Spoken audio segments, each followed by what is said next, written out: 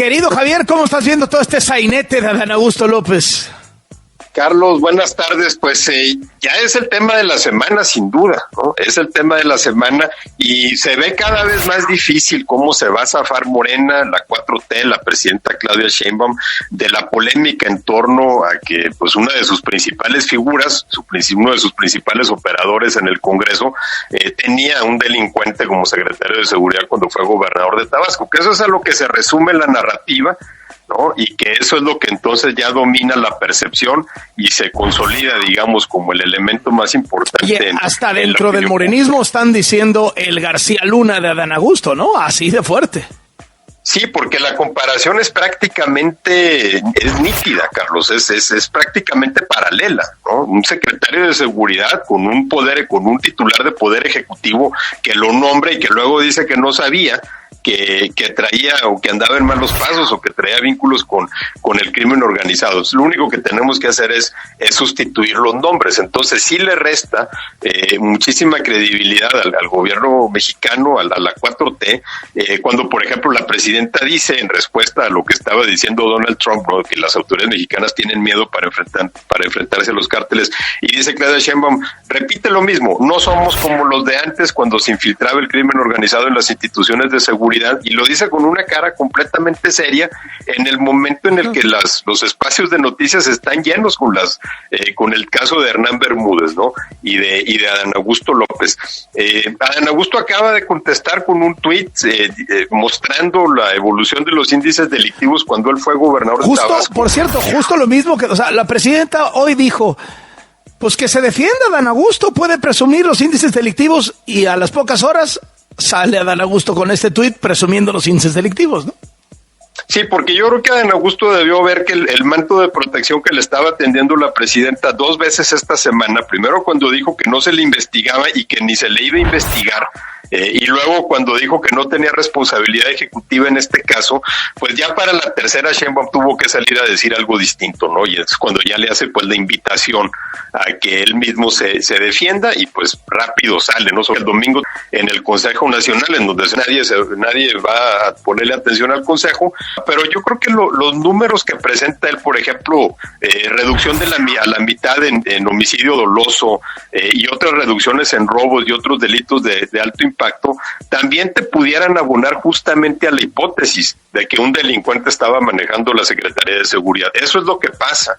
Cuando hay un pacto, también los índices delictivos se mantienen bajos porque los mismos delincuentes administran el crimen en una ciudad, ¿no? Y se ve, claro, que si hay un control... La Pax, ¿no?, Narca, que le llaman, ¿no? Pues tal cual. Exactamente. Y si hay un control, vamos a suponer en el caso de Tabasco, por ejemplo, de la Barredora, en donde pues uno de sus cabecillas era el que mandaba el aparato de seguridad del Estado, pues sabes que ese mismo grupo criminal se impone y es capaz de mantener a los otros grupos sometidos y de mantenerlos a raya. Es lo mismo que explica por qué el estallido de violencia tan abrupto, tan repentino y tan sorpresivo que se dio en Tabasco hacia finales de 2023.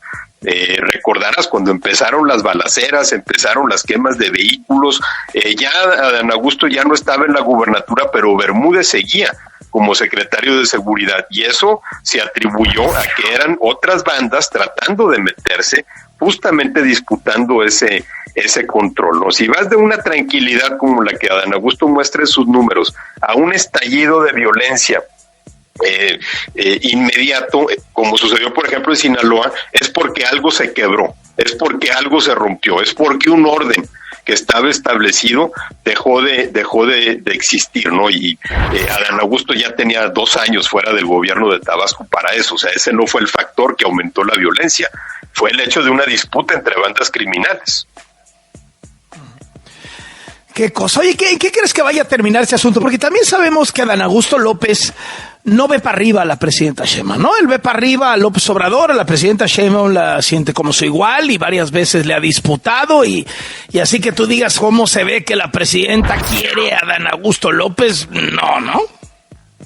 No, pero creo que también sabe que no hay mucho que hacer con él. Para empezar, no lo puede destituir, no porque el Poder Ejecutivo no pueda destituir a un coordinador parlamentario, sino no lo puede destituir porque a Adán Augusto lo nombraron senadores que llegaron a ese cargo no gracias a Sheinbaum, sino gracias a López Obrador. O sea, le deben las candidaturas a López Obrador. Sheinbaum no tiene operadores en el Senado como tiene muy pocos, como pasa lo mismo en la Cámara de Diputados. Ella no quería ni a Monreal en diputados ni a Adán Augusto en el Senado como los coordinadores.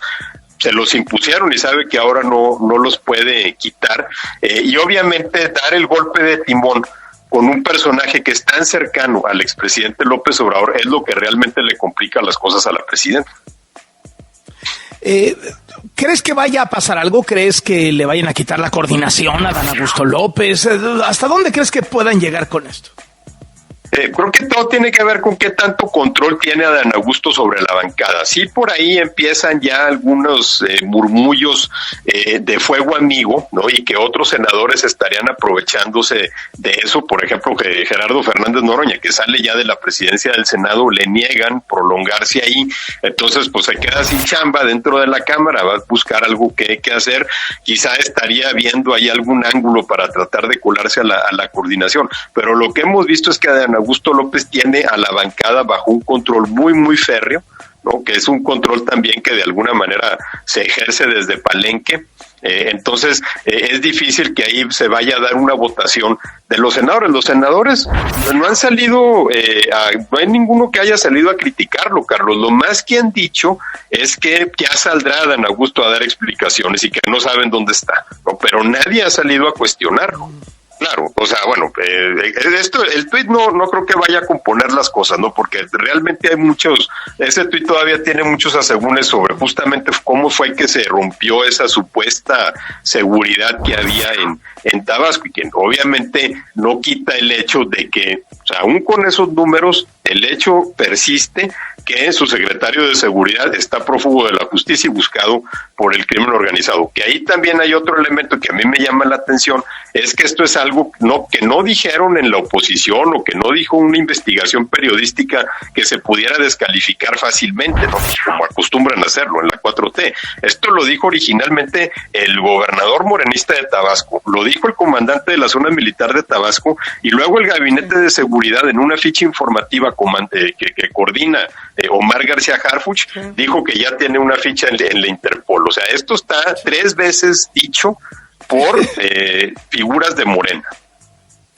Muchísimas gracias, como siempre, Javier, te mando un abrazo. Igualmente, Carlos, buenas tardes. El periodista Javier Garza, analista de este programa.